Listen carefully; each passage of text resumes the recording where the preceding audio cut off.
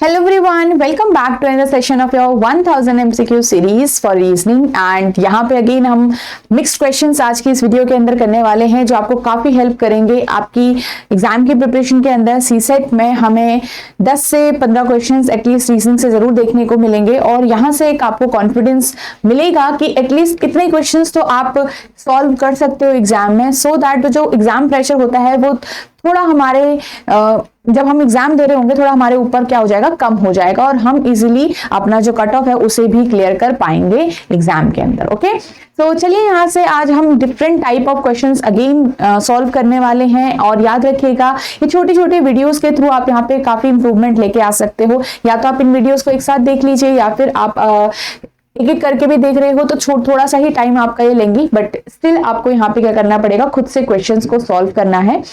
Explanation को देखिए अगर आपका क्वेश्चन गलत होता है या फिर आपसे सॉल्व नहीं होता है, बस ठीक है। चलिए सो आगे बढ़ने से पहले very important information for all of you guys, आपकी प्रिपरेशन को और बूस्ट करने के लिए there are different e books जो आप हेल्प ले सकते हो, ठीक है, जिसमें आपके विद डिटेल्स आपको एक्सप्लेनेशन भी दी गई है। आपको ये 20 फुल लेंथ मॉक टेस्ट की ई बुक है। यहाँ पे आपका सेक्शनल टेस्ट की जो आपकी ई बुक है जिसके अंदर 10 मैथ्स 10 रीजनिंग और 10 इंग्लिश के सेट्स आपको दिए गए हैं, अगेन विद डिटेल एक्सप्लेनेशन। और डिटेल एक्सप्लेनेशन के साथ आपके 2019 से लेकर 2025 तक के प्रीवियस ईयर पेपर्स भी आपके इसके अंदर एडेड हो रखे हैं, तो आप यहां से काफी प्रैक्टिस कर सकते हो और एनालाइज कर सकते हो the level of the exam, ठीक है। साथ ही आपको ये बैंक जो आपका यूपीएससी सीसाइट का मास्टर कोर्स है जो आपको हेल्प करता है through this videos, through test और थ्रू आपके जो आपके फुल लेंथ मॉक टेस्ट हैं वो भी सारे इंक्लूड होते हैं इसके अंदर।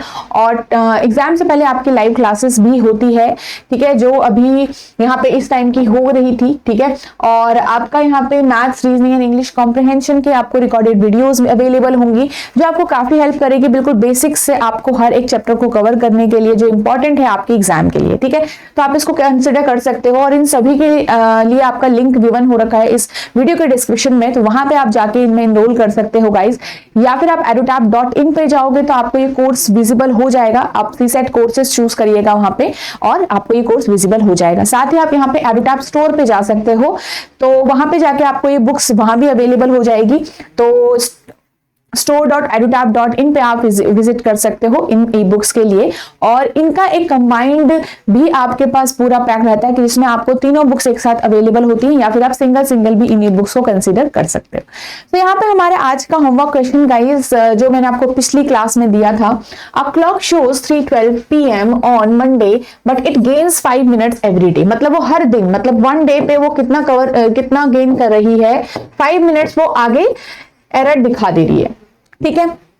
अब उसने कहा if the clock showed the correct time at 3 PM on Friday, अगर उसने फ्राइडे को करेक्ट टाइम एक बार शो किया हुआ था तो उसने एक बार जो करेक्ट टाइम शो किया, याद रखना 3 PM और AM का काफी यूज रहेगा यहाँ पे, ठीक है, कंफ्यूज मत करना इसमें। तो 3 PM ऑन फ्राइडे, तो आपको बोला गया है कि what is the correct time on Monday, तो आपको अब की बार करेक्ट टाइम निकालना था। अभी तक हम यहाँ पे रॉन्ग टाइम निकाल रहे थे बट अब आपको करेक्ट टाइम निकालना है। अब यहाँ पे देखो गेन हो रहा है, तो गेन होने के मतलब गेन होने के बाद आपको गलत टाइम दिखेगा, राइट। तो इसका मतलब गलत टाइम जो होगा वो ज्यादा होगा करेक्ट टाइम से, ठीक है, ये चीज ध्यान रखो। अब हमें जाना है मंडे तक, तो 3 PM फ्राइडे से लेकर आपको मंडे के 3 PM तक ही यहाँ पे जाना है, क्योंकि अराउंड वहां पे हमारा क्या हो रहा है 3 PM मंडे तक हो रहा है। ये आपको जो गिवन हो रखा है अभी ये क्या है, रॉन्ग टाइमिंग शो हो रहा है, क्योंकि जो एरर वाली घड़ी है वो उस टाइम पे रॉन्ग टाइमिंग ही शो करेगी। आपको 3 PM पे उसने एक बार करेक्ट टाइम शो किया था, इसके बाद का ड्यूरेशन है आपका मंडे तक का।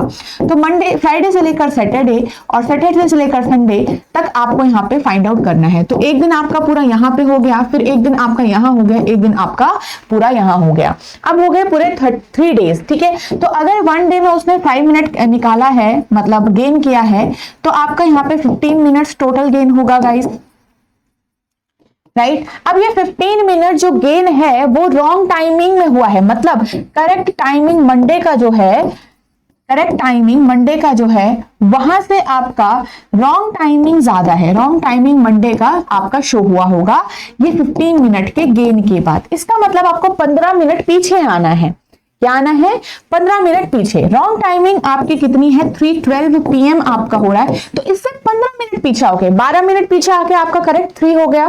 3 मिनट और पीछे आओ तो कितना हो गया आपका 2:57 PM आपका यहाँ पे हो रहा होगा।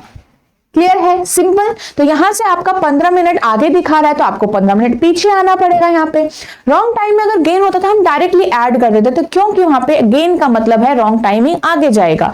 यहाँ पे आगे जाने के बाद ये शो हुआ था तो हमें पीछे आना पड़ेगा करेक्ट टाइमिंग के लिए। ठीक है, तो 2:57 आपकी घड़ी के अंदर हो रहा होगा। आई होप आपने सही आंसर निकाला होगा। चलिए नेक्स्ट क्वेश्चन, ये मैंने आपको होमवर्क अगेन दिया था। In a family B is the husband of P. B क्या है? पी का हस्बैंड है। Q is the only grandson of E, who is the wife of D. E is the mother-in-law of P. तो E mother-in-law होगा तो B का parent होगा। E wife है आपके पास D की, तो आपके पास जो Q है वो ओनली ग्रैंडसन है, ग्रैंड चाइल्ड है, ग्रैंडसन है। तो देखो आपके पास इतने ही मेंबर दिए, इसके अलावा कोई और मेंबर दिया ही नहीं हुआ है, तो ग्रैंड चाइल्ड E का सिर्फ इन दोनों के हिसाब से ही आ सकता है यहाँ पे, बिकॉज और कोई फैमिली मेंबर गिवन ही नहीं है।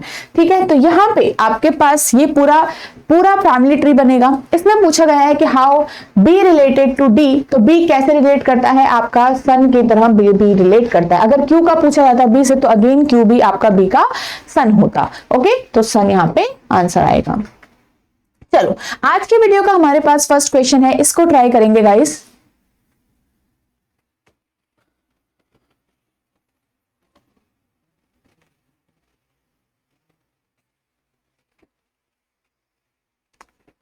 चलो A to H आपने देखा sitting in a row facing north. सारे के सारे A to H कहाँ बैठे हुए हैं? नॉर्थ में बैठे हुए हैं और यहाँ पे नॉर्थ की तरफ फेस कर रहे हैं। H is a neighbour of B and F। अब ये थोड़ा सा ट्रिकी लगेगा आपको, बट मैं आपको थोड़ा सा इसको डिटेल में समझाने की कोशिश करूंगी।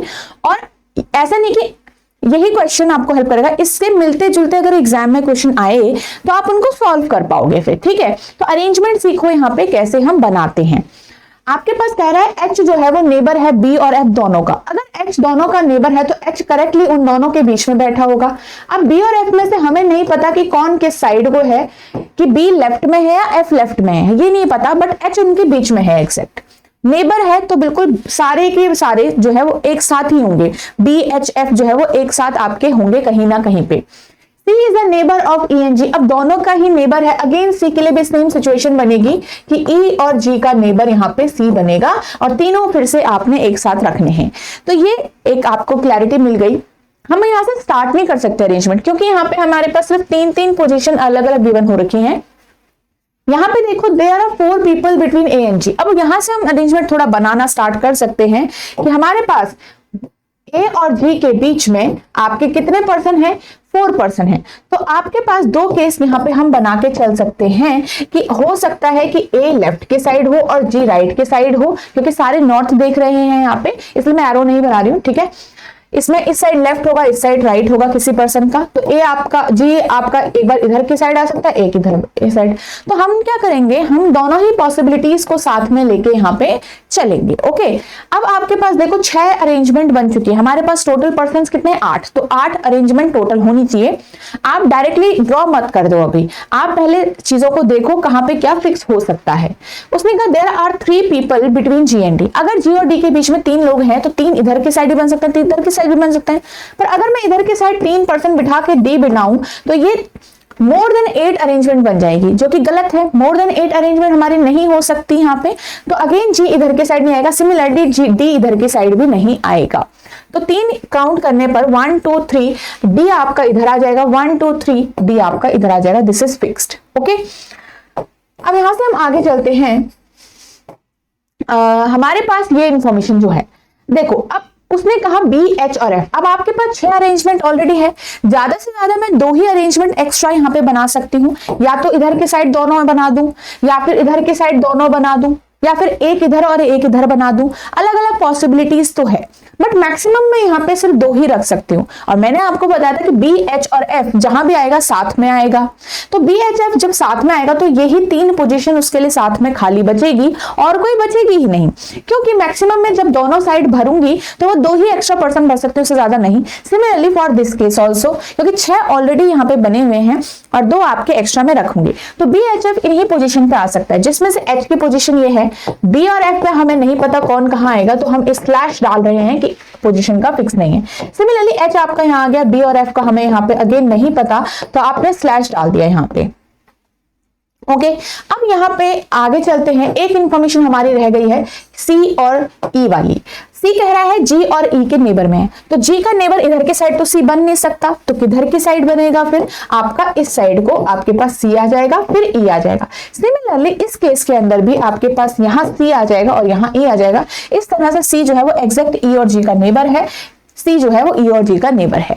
अब यहाँ पे कोई भी केस जो है वो कैंसिल आउट नहीं हुआ, कोई भी पॉसिबिलिटी आपकी कैंसिल आउट नहीं हो रही, क्योंकि इंफॉर्मेशन खत्म हो चुकी है। जितनी इंफॉर्मेशन थी उसके थ्रू हमने यहाँ पे पूरा सॉल्यूशन बना लिया है। तो वन बाय वन अब हम क्वेश्चंस को डायरेक्टली आंसर करेंगे। डेफिनेटली कोई करेक्ट मुझे समझ आ रहा है तो हम उसको आंसर करेंगे, नहीं समझ आ रहा है तो उस हिसाब से ऑप्शन को चूज करेंगे, ठीक है। बट याद रखना दोनों ही आपके फाइनल सॉल्यूशंस में रहेंगे। अब उसने कहा कि how many people are between A and C. अब ए और सी के बीच में अगर आप काउंट करोगे तो यहाँ पे आपके 1 2 3 4 5% इस वाली केस में है। लेट्स सी कि इस केस में कितने हैं, 1 2 3 4 5। दोनों ही केस के अंदर आपके ए और सी के बीच में 5 ही पर्सन है।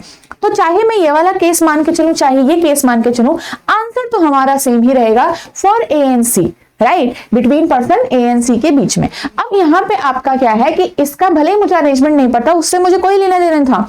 वी जस्ट नो कि एटलीस्ट 1% तो यहाँ पे आएगा ही, इसलिए यहाँ पे 5 आंसर हम कर सकते हैं। बट नेक्स्ट वाले क्वेश्चन में देखो, who sits immediate right of F अगर लिखा है तो इमीडिएट राइट ऑफ एफ या तो एच हो सकता है या तो डी हो सकता है यहाँ पे, ठीक है। इस वाले केस के अंदर या तो जी या तो एच। अब ये अलग अलग आंसर हैं, ये डिस्टिंक्ट आंसर हैं।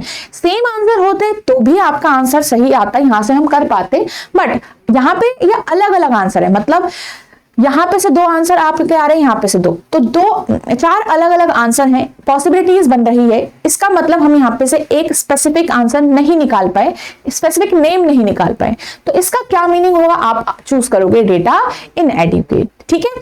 चलिए आगे चलते हैं यहां से नेक्स्ट क्वेश्चन की तरफ, इसको ट्राई करेंगे।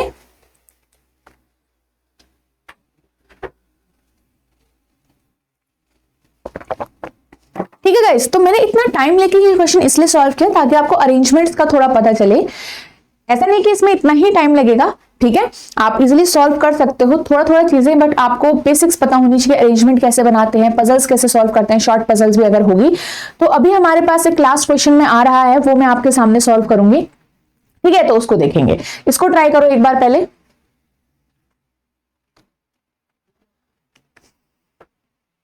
चलो, आपको मैंने हमेशा सिखाया एक बार काउंट कर लिया करो, तो 3 3 6 ये हो गया 9 और ये हो गया पूरा 15 लेटर्स। 15 लेटर आप 3 या 5 के उसमें काउंट करोगे, तो यहाँ पे अगर मैं 3 के उसमें काउंट करूँ तो बी लास्ट है, यहाँ पे डैश, यहाँ पे डैश, यहाँ पे ए लास्ट है।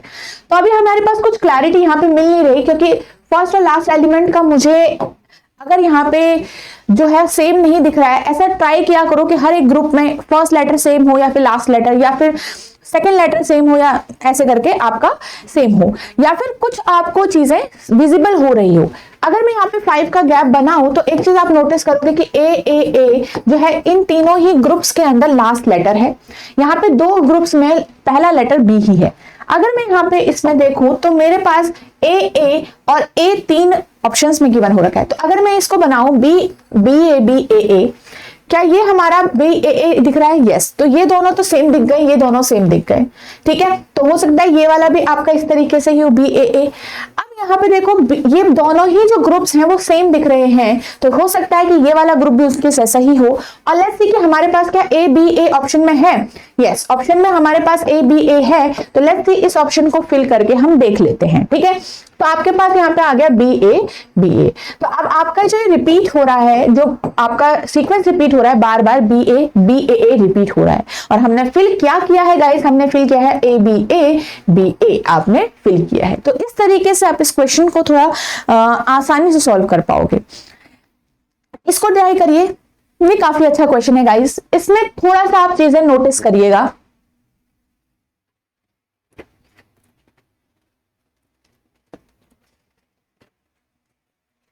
चलो, यहां पे आपके पास क्या है कि हमारा देखो ए का गैप आपको दिया गया है, ठीक है, ए का गैप आपको दिया यहाँ पे गया है। अब इसके अंदर आपके पास यहाँ पे 2 टाइम है, 3 टाइम है, 3 टाइम है, ये तो आपका उसके जैसा नहीं है, राइट। हमें यहाँ पे कुछ चीजें विजिबल हो रही है कि ए का जो रिपीटेशन है वो इंक्रीज हो रहा है और लास्ट में यहाँ पे उन्होंने बी दे दिया है। तो आपके पास 2 टाइम ए है, फिर 3 टाइम ए है, फिर 4 टाइम ए है, फिर 5 टाइम यहाँ पे होना चाहिए फिर तो, क्योंकि ये यहाँ पे सीक्वेंस बन रहा है, 2 टाइम 3 टाइम 4 टाइम यहाँ तक फॉलो हो रहा है, तो यहाँ पे भी फॉलो होना चाहिए। तो 5 टाइम ए का मतलब है यहाँ लास्ट में एक ए आना चाहिए। क्या हमारे पास लास्ट में एक ए है ऑप्शन में? तो यस। और फर्स्ट में हर एक उसमें हमारे पास बी है। तो अब यहाँ पे हमें समझ आया कि क्या हो रहा है कि 2 टाइम ए करके फिर एक बार बी, फिर 3 टाइम ए करके फिर बी, तो हमारे पास ये ऑप्शन में बी बी बी आपका बन रहा है ए। तो ऑप्शन नंबर सी आपका करेक्ट होगा। ओके, तो इस टाइप का क्वेश्चन कभी आता है तो इसके सीक्वेंस पे आप ध्यान दे सकते हो। नेक्स्ट क्वेश्चन की तरफ हम यहाँ पे आगे चलते हैं। ये हमारा कोडिंग डिकोडिंग का क्वेश्चन है गाइस। अब आपके पास है WXYZ 24 लिखा है सिर्फ। आप सभी को अगर पता हो कि W की वैल्यू X की वैल्यू अगर मैं ऐड भी करूंगी तो 24 से बहुत ज्यादा आएगा, राइट। तो यहाँ पे इतनी कम वैल्यू क्यों आई होगी? प्लेस वैल्यूज का हम यहाँ पे यूज करते हैं, तो आपका हमेशा नॉर्मल प्लेस वैल्यू, तो जरूरी नहीं है कि वहां पे उसमें प्लस माइनस हो, आपका रिवर्स प्लेस वैल्यूज भी तो हो सकती हैं। तो अगर इनकी रिवर्स प्लेस वैल्यूज हम लिखें तो आपका WXYZ में इसकी रिवर्स प्लेस वैल्यू 4 होती है, इसकी रिवर्स प्लेस वैल्यू 3 होती है, इसकी रिवर्स होती है 2 और इसकी होती है 1। अब इनको ऐड करोगे तो 24 नहीं आ रहा है, बट इनको मल्टीप्लाई करोगे तो 24 आपका आ रहा है, राइट। सिमिलरली आपके पास QRST में अगर आप देखोगे तो इसकी रिवर्स प्लेस वैल्यू 7, इसकी रिवर्स प्लेस वैल्यू 8, इसकी रिवर्स प्लेस वैल्यू 9 और इसकी रिवर्स प्लेस वैल्यू आपकी कितनी होती है? अब इन सभी को मल्टीप्लाई करोगे तो आपके पास क्या आ रहा है? 9 7 63, 8 करोगे 8 3 4 और 50, तो यहाँ पे 5040 आपका आ रहा है। तो ये दोनों तो हमारे कंफर्म बन गए कि इनको सबको मल्टीप्लाई करना है, इनकी रिवर्स प्लेस वैल्यूज को। तो रिवर्स प्लेस वैल्यूज को हम अगर मल्टीप्लाई ही कर देंगे डायरेक्ट तो हमारे पास आंसर आ जाना चाहिए। तो MNOP में भी अब आप देखोगे, अब बस आपको रिवर्स प्लेस वैल्यू याद होगी तो आपसे ये क्वेश्चन सॉल्व जल्दी हो जाएगा, आसानी से भी हो जाएगा कंफ्यूजन के बिना। तो यहाँ पे आपका इसका 13 होता है, इसका आपका 12 होता है, इसका आपका 11 होता है। अब आप इनको मल्टीप्लाई करोगे तो कितना आएगा? देखो लास्ट में 0 0 0 है सारे ही ऑप्शंस के अंदर, तो 0 तो वैसे भी मेरा आंसर नहीं आने वाला। 4 3 12 और 2 2 4, तो 4 हमारा लास्ट में ही आएगा, तो option A should be the correct answer. Okay, चलो नेक्स्ट क्वेश्चन की तरफ मैं यहाँ पे आगे चलती हूँ। ये क्वेश्चन मैं आपको होमवर्क से दूंगी गाइस, इसको थोड़ा ट्राई करिएगा एक बार। ओके, चलिए हम यहाँ से आगे बढ़ते हैं। How many times do the hour hand and the minute hand coincide in a clock?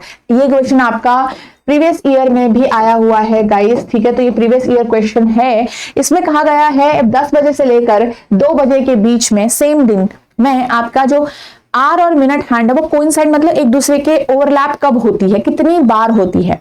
अगर यहाँ पे थोड़ा सा आपको चीजें पता हो, एक तो आपका 10 बजे से लेकर 11 बजे तक हो गया, एक आपका 11 से 12 तक हो गया, ठीक है, 11 बजे से 12 तक हो गया, एक आपका 12 से 1 हो गया और एक आपका हो गया 1 से 2। क्या आप यहाँ पे 4 करोगे? नहीं। ये चीज है कि यहाँ पे आपका जो 11 से लेकर 1 बजे का टाइम होता है उसमें सिर्फ 1 टाइम ही आपका होता है। तो हर 1 घंटे मैंने आपको बताया है कि 1 टाइम जो है वो 0 डिग्री हमारा बनता है। ओवरलैप का मतलब 0 डिग्री ही हुआ ना, तो यहाँ पे 1 टाइम। तो टोटल हमारे पास कितने टाइम हो जाता है यहाँ पे? 3 टाइम्स। अब आप कहोगे 11 to 1 तो 2 आवर्स है। नहीं, 11 to 1 जो हमारा 0 डिग्री जो ओवरलैप होती हैं दोनों ही हैंड्स, वो 12 पे हो गई। अब 12 जो है वो 11 to 12 के बीच में भी है और करेक्ट 12 आपका 11 to 1 12 to 1 के बीच में भी है। इसलिए इस पूरे टाइम में को हम एक ही बार में लेते हैं, मतलब 1 ही टाइम ही होता है। ये वाला पार्ट यहाँ भी काउंट हुआ, यहाँ भी काउंट हुआ, इसलिए 2 आवर्स के बीच में यहाँ पे 1 टाइम ही आपकी जो दोनों हैंड्स है वो ओवरलैप करती है, ठीक है। तो 3 times your answer should be, या answer should be 3 times. Okay, तो ये चीज ध्यान रखना आप यहाँ पे कि किस पर्टिकुलर टाइम में आपके पास वहां पे आर हैंड और मिनट हैंड जो है वो ओवरलैप करते हैं। ओके, नेक्स्ट क्वेश्चन की तरफ यहाँ पे आगे बढ़ेंगे।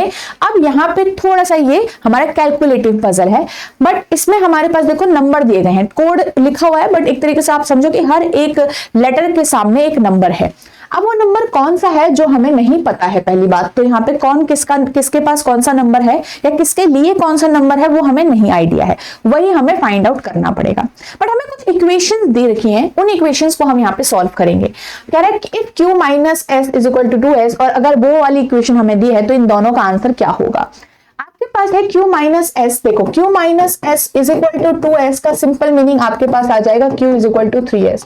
ये एक इक्वेशन बन गई। अब अगर आपको पता है कि वहां पे वैल्यू वही है तो मेरे पास अगर S4 होगा तो Q आपका कितना हो जाएगा 12, क्योंकि 3 4 12, 5 होगा तो 3 5 15। अब इससे ज्यादा मैं S10 नहीं रख सकती क्योंकि आपके पास Q30 पॉसिबल है ही नहीं, तो इसलिए आपके ये दो ही पॉसिबल वैल्यूज S के लिए बन रही है, राइट। अब इसका क्या करेंगे, इसका यूज करेंगे जो दूसरी इक्वेशन मेरे पास यहाँ पे दे रखी है, that is t is equal to r plus s plus 3। अब केस 1 यहाँ पे क्या, एक केस लेके चलो, केस नंबर 1, ये भी आपका प्रीवियस ईयर क्वेश्चन है गाइस, जो आपका आई थिंक 25 में ही आया हुआ है ये, ठीक है। तो आपके पास ये क्वेश्चन है, सॉरी 24 में ये क्वेश्चन आया हुआ है आपका। तो आपके पास r प्लस एस प्लस 3 है। अगर केस 1 में s की वैल्यू मैं 4 रखती हूं तो क्या होता है, तो आपके पास t is equal to r तो नहीं पता हमें, बट s 4 प्लस 3 7 हो जाएगा, राइट। और केस 2 लेके मैं यहाँ पे चलूं जिसमें s की वैल्यू 5 है, तो आपके हो जाएगा t is equal to r plus 5 plus 3 कितना हो जाएगा गाइस, 8 हो जाएगा, राइट। अब ये दो केसेस मेरे बन के चले हैं और यहाँ पे हम क्या करेंगे, 1 by 1। अब r की वैल्यूज को थोड़ा पॉसिबल मान के चलना पड़ेगा। अब देखो आपके पास s ऑलरेडी 4 हो चुका है, 5 हमारा यहाँ पे क्या हो सकता है, फिर अगर मान लो 4 ऑलरेडी हो चुका है तो 5 मैंने अगर इसको दिया तो 5 प्लस 7 कितना होगा 12, तो t should be 12, but t 12 नहीं आ सकता क्योंकि अगर s 4 होगा तो q आपका 12 होना चाहिए, तो दो नंबर आपके एक जैसे नहीं हो सकते यहाँ पे, ठीक है, ओके। तो आपके पास अगर S4 है तो T12 आ रहा है और S4 है तो Q12 आ रहा है, जो कि कॉन्ट्राडिक्ट कर रहा है, इसलिए आपका यहाँ पे S की वैल्यू 4 नहीं होगी, ये आपका रॉन्ग हो गया। अब यहाँ पे S का 5 है तो R को एक बार 4 रख के देख लो, तो R 8 प्लस 4 आपका ये 12 हो गया। अब मेरे पास अगर S5 है तो Q की वैल्यू 15 है, तो इसलिए ये कॉन्ट्राडिक्ट नहीं कर रहा होगा क्योंकि यहाँ पे T12 आ रहा है, R4 अलग से है, S5 है और ये 15 है, तो ये अलग हो गया हमारे पास, तो this case will be the correct choice, okay. अब यहां से हमारे पास सबकी वैल्यू ऑलमोस्ट आ चुकी है। देखो आपके पास P Q R S और T था, T हमारा 12 आ चुका है, S5 आ चुका है, R मेरे पास यहां से फिर 4 ही सही होगा क्योंकि वो उस इक्वेशन को जस्टिफाई कर रहा है। अब देखो R की जगह पे 5 मैं नहीं रख सकती क्योंकि 5 ऑलरेडी हो चुका है, 10 आप रख सकते हो। देखो 10 अगर आप रखोगे, आप करोगे और भी तो वैल्यूज हम रख सकते हैं, तो 10 अगर आप रखोगे 10 प्लस 8 18 हो जाएगा, जो कि गिवन नहीं है। नेक्स्ट आप देखो यहाँ पे 12 भी रखोगे तो 12 से भी आपका फिर ज्यादा आ जाएगा, तो इसका क्या मतलब है कि हम यहाँ पे सिर्फ 4 रख सकते हैं और कुछ रख ही नहीं सकते हैं, इसलिए हमारी वैल्यूज आ गई, ओके। चलो तो हमारे पास Q आ गया 15 और P आ जाएगा, फिर जो बचा हुआ नंबर है इनमें से कौन सा बचा हुआ है आपके पास 10, तो P की वैल्यू 10 हो जाएगी। अब उसने बोला कि विच नंबर रिप्रेजेंट T, तो T के पास हमारे पास 12 है, तो 12 आपका यहाँ पे आंसर हो जाएगा, ओके। नेक्स्ट देखो what is the value of P this equation. अब आपके पास हर किसी की वैल्यू तो आप आंसर कर सकते हो इसको, 10 प्लस R की वैल्यू 4 माइनस T की वैल्यू 12, तो 14 माइनस 12 कितना हो जाएगा 2, तो मेरा आंसर आ गया 2, क्लियर। तो ये आपका एक प्रीवियस ईयर क्वेश्चन था जो मैंने आपको सॉल्व कराया, ताकि ऐसे क्वेश्चंस अगर आपके एग्जाम में आ रहे हैं कैलकुलेटिव तो थोड़ा सा इक्वेशन को सॉल्व करना आपको वहां पे आ जाए, ओके। चलिए अब ये एक जो नेक्स्ट क्वेश्चन आपका है इसको हम ट्राई करेंगे। इसमें आपके पास कैलेंडर का रिपीटेशन दिया हुआ है गाइस, 2026 का आपका रिपीटेशन ईयर है, पूछ रहा है वो कि कौन होगा। तो आपके पास जब भी हमने यहाँ पे सीखा है नॉर्मल ईयर है, ये क्या है नॉर्मल ईयर है। सबसे पहले नॉर्मल ईयर में दो चीजें होती है, या तो हम +6 करते हैं या तो हम +11 करते हैं, चीज याद रखिएगा। +6 तब करते हैं जब वो year immediate after leap year हो, जो कि यहाँ पे नहीं है। ये year immediate after leap year नहीं है तो +11 होगा। 2026 में 11 ऐड करोगे तो 2037 आपका आएगा, ओके। चलिए सो आई होप आपको सारे ही क्वेश्चंस का सोल्यूशन जो है वो अच्छे से समझ में आ गया होगा। एंड यहाँ पे मैंने आपको एक होमवर्क क्वेश्चन बीच में दिया है, तो उसे सॉल्व जरूर करिएगा गाइस नेक्स्ट क्लास में, जिसका हम यहाँ पे डिस्कशन करेंगे।